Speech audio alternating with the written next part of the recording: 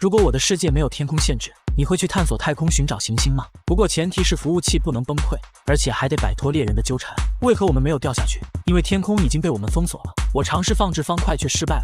猎人戏谑地看着我，别试了。没有命令胸甲的人处于冒险模式。接着一剑将我击落至身后的深坑里，只见坑底密布的100只蠹虫缓缓蠕动。好心提醒你一句，这些方块可不太结实哦。什么意思？脚下的方块忽然开裂，我赶紧跃上下一级石砖，随后它也很快开裂。就这样，我被不断裂开的石砖催逼着向上攀爬。很快我就来到杰西将我击落的地方，从这里出去必然九死一生。稍一愣神，脚下的石砖便要炸裂，我又开始了被迫向上攀爬。空中转体180度扒住木梯，成功了！我终于能稍微休息一下了。你不会以为这样就安全了吧，雷吉？仔细一看才发现这里居然是座监狱。杰西，试验一下我们的新型感染犬，上吧，让他见识一下我们的厉害。看着这头浑身发绿的狼狗，我退守角落准备殊死一搏，可它咬完一口就走了。我心有余悸，生怕它回头再咬。你很快就会发现不对劲的。我勒个去，我的血条怎么变绿了？哈哈，你被感染了。如果没有解药，你会在10分钟后痛苦的死去。我正要上去找他理论，可杰西却把通道堵死，头也不回的就走了。他说的是真的吗？10分钟后我不会真的要发狂而死吧？绝不能让这种事情发生。猎人都深信我不能放置方块，殊不知早在我潜伏进来时就已经拿到命令胸甲了。先试一试，果然能行。让我想想有什么办法能出去。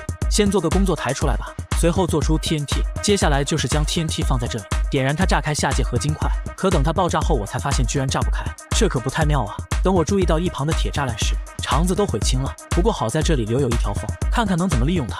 放下泥土和锤滴叶，然后在叶子上前行，算准时间再站起来，利用机制切换成游泳姿势，这下我就能成功越狱了。嘿嘿，理想很丰满，现实很骨感。我居然被这条缝卡住了，早知道就少吃一点减肥了。无奈只好回到原地重新开始。我还有6个铁锭，或许可以造把铁镐出来，但是木棍不够就很烦。对了，我有矿车，不如制作铁轨吧。继续利用锤滴叶切换姿势，随后来到墙角边放下铁轨和矿车，结果我鼠标都要点烂了也没法坐上去，甚至一度让我怀疑是鼠标坏掉了，因为我打破脑袋都想不明白为什么坐不进去。再次铩羽而归，时间已经过去了5分钟，如果杰西所言不虚的话，我也只有5分钟的生存时间了。决定最后一搏，利用泥土块和工作台堵死上下方位，随后铺上铁轨和矿车，接着一头扎进去。可惜这波穿墙失败了，再试一次吧，依旧不行啊！怎么办？怎么办？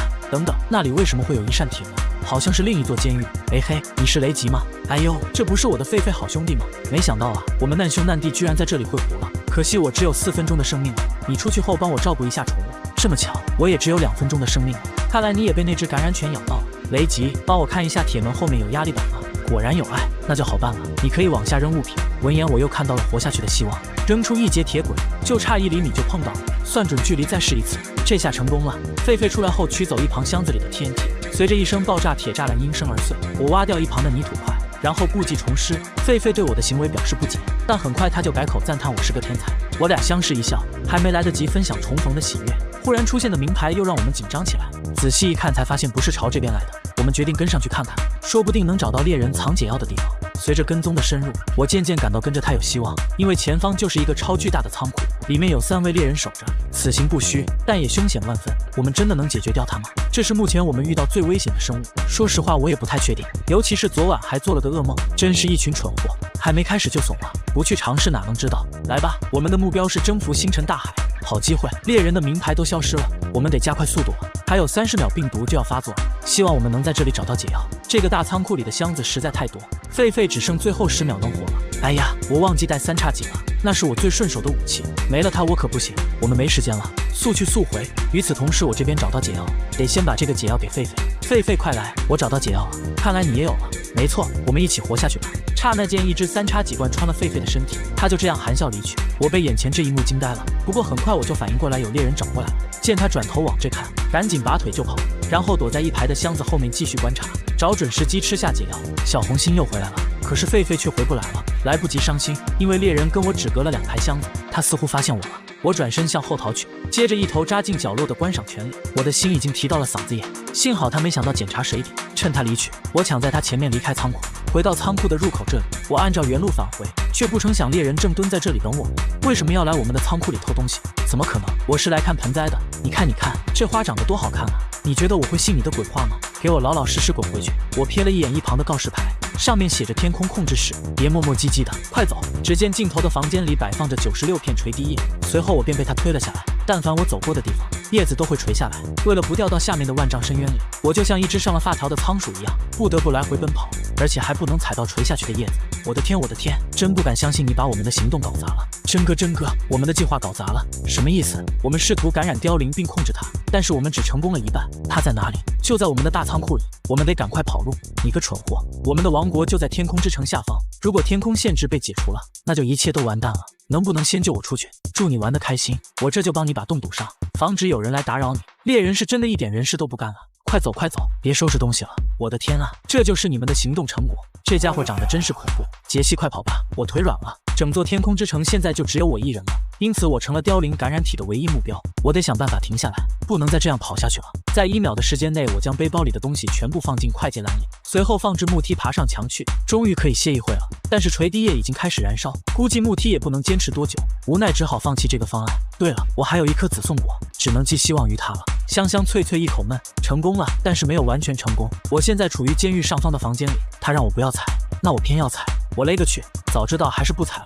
就这样，我再次被赶了下来，还好中间有岩浆挡着，这些僵尸伤不到我。我还有一根莫地竹，将它插到墙上，随后站上去，这下就不用担心被岩浆烧坏了。哎嘿，这里居然有原木，我用斧头砍下2块，接着给它们挂上鱼钩，随后回到下面收干，成功将原木收入囊中，回到莫地竹上放置工作台，然后做出万能小木船。据我观察，锤滴液下面是空的，说不定我可以去下面找出口，放下小船，再一屁股坐上去，2秒半后平稳着陆。估计泥土块的下面也是黑曜石，看来只能利用小船卡墙出去了。将小船放下，对着角落开始划船。西北角失败了，让我试试东南角。哈哈，成功！我的个妈呀，快跑啊！它的周围散发着令人作呕的腐烂气息，它应该就是猎人闻之色变的凋零感染体。再次路过天空控制室，我不假思索便躲了进去，悄悄往外瞅一眼，还好它没朝着来。这里好高啊！等等，这里遍布着透明的屏障方块，它应该一时半会找不到我。让我看看这些是什么？雷击监狱传送，紧急自毁装置，这个肯定碰不得。建筑限制，天空屏障，所指的应该就是这些屏障方块，这是猎人封锁天空的手段。我有了一个天才想法，如果删除了屏障方块，凋零感染体就会去往地面，然后猎人就再也不能坐视不管了，自己惹的麻烦自己解决。3、2、1启动，所有的屏障方块瞬间消失，我能听到凋零感染体渐渐远去的声音。哈哈，他真的去往猎人王国了，猎人们终将会自食恶果。兄弟们，雷击一定移除了天空屏障，坏了，凋零感染体会摧毁这里的。这玩意的血条是无限的，一切都结束了。一上线我就从自己的基地里掉了下去，看来这又是猎人的把戏。我按他们的要求卸掉盔甲，交出工具。正当我以为这样就能太平无事后，猎人一脚将我踹至身后的核反应堆冷却水里。随后我亲眼目睹他们制造僵尸突变体的过程。这只大块头径直朝我奔来。不仅如此，他还一声咆哮，召唤出20只普通僵尸。我手无寸铁，只能避开僵尸围攻，寻找可能生还的机会。就在我绞尽脑汁想办法时，忽然听到有人喊我名字，原来是猎人阿里。我并不知道同伴在做这些生物实验，希望你能帮我阻止他们。这本书将会指引你逃出这里。说罢，阿里扔下一本书便走了。拿到书后，僵尸已经围了过来。见前面有一扇门，不假思索我便躲了进去，养成随手关门好习惯。没想到隔着一扇门，他们也能打到我。打掉盔甲架，原来这些是防护服，有了这些就能减小核辐射的影响。在箱子里还找到一些生物复合剂以及武器和食物，趁着他们不注意，我直接冲出房间，随后开始对落单的僵尸下手。没想到这把斧子的威力这么大，一个跳劈就能直接送走一位。目前能伤到我的只有那头变异僵尸，他一拳就能打掉我2颗星。看来我还是得先从普通僵尸下手。这是我们的第一次正面交锋，结果他直接一把将我掀飞50米高，落地时猛地半血没了。补充下状态，此时场上的普通僵尸都被我清理干净，只剩我们2个了。我已摸透他的攻击方式，分别是磕头阵地和抬手击飞。击飞是最危险的，一不小心被击飞了，落地还剩2颗星。本想补充状态再战斗，可我没想到他居然能跳上来，无奈只好躲进冷却水里，等状态恢复后继续战斗。历时8分钟，终于将他击败了。但为什么他的尸体不会消失呢？结果下一秒他便又站了起来，我没反应过来，直接挨了一记阵地。比起物理上的震撼，精神上的震撼更致命。听到他又在咆哮召唤僵尸，我赶紧回去，趁他需要他命，很快就再次将他击倒。接着梅开3度又站了起来。这家伙到底有多少条命啊？我不信邪，今天必须杀他100次。可惜他只有3条命，还欠我97条。这大块头竟然还能爆装备。简单试了下这把锤子，可以释放他的阵地技能。僵尸肃清后，我终于有时间看书了。去往2号房间，然后拆掉黑曜石墙。我按照指引去做，找到了一把传说鹤嘴锄。不成想这玩意比钻石镐还好用，5秒钟就能挖掉1块黑曜石。清理掉入口处的僵尸，打开铁门进入里面。这里是冷却水控制室，门后有3只僵尸拦路，正好让我试一下新到手的武器。2发阵地将他们全部送走。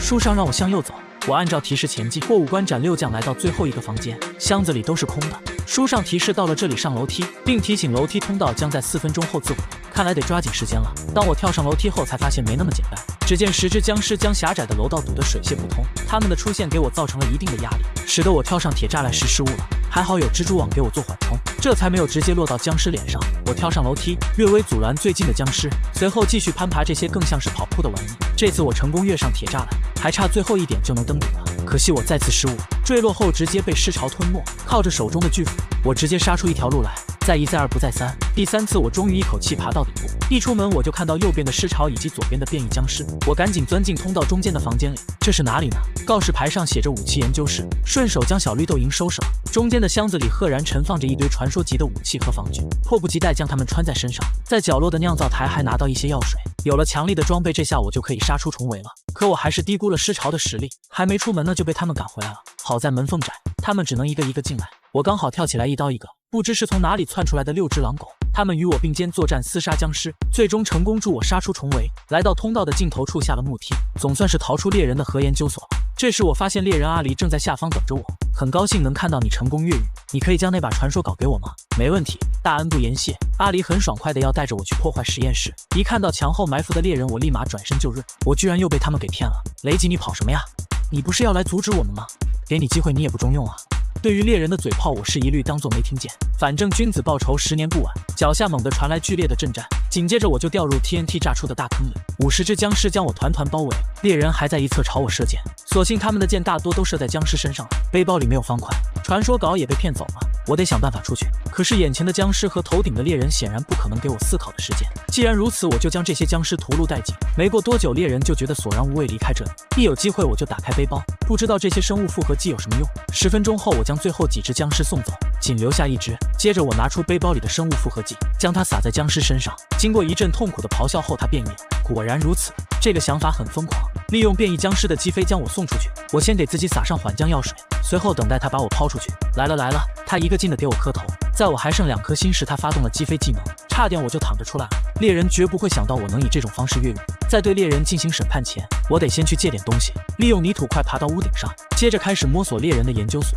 在路上我发现一个告示牌，上面写着生物 DNA 样本。我好奇地打开箱子，发现是一些怪物蛋和生物复合剂。我懂了，猎人表面上在做核试验，实际上在用核辐射做生物实验。利用缓降药水来到刚才的武器研究室，我得到了一把新的传说稿。戴上这个新的头盔试试，我勒个去，居然能看到生物体的灵魂。猎人科技值得信赖，可惜就是他们的科技树发展歪了。我来到生物研究所1000米外的一片树林里，随后开始向下打洞。这把传说铲一次性就能挖掉9个方块，工作效率大大提高。在地下挖出一个200立方米的密室，随后在中间布置上 TNT， 接着来到上面将它们掩盖上，再铺上压力板。陷阱的轮廓完成了，到时候我就直接跳过去踩压力板，猎人便会掉下去和怪物对线，将所有的怪物蛋都孵化掉，最后就可以动身去往猎人的研究所。恰好此时的猎人们也已发现我越狱不见，看到我朝他们走去，还以为我是刚越狱呢。猎人们自是有着传说级的装备，便将我不放在眼里。我表面上装作惊讶，心里却暗暗好笑。我们在野外开展一场追逐大战，忽然我眼前一黑，视野被限制在3米的距离。好在限制持续不了多长时间，我装作惊慌失措、抱头鼠窜的样子。猎人一边哈哈大笑，一边加快脚步。我回身堵上洞口，随后踩下压力板，接着继续堵洞。就这一瞬的功夫，猎人便纷纷坠入下方的怪物房里，让他们也尝尝被变异生物包围的滋味。仅仅才过去10秒钟，这支猎人大队便无一幸存。僵尸们发泄着他们的怒火，这种非人道主义的实验终究为天理所不容。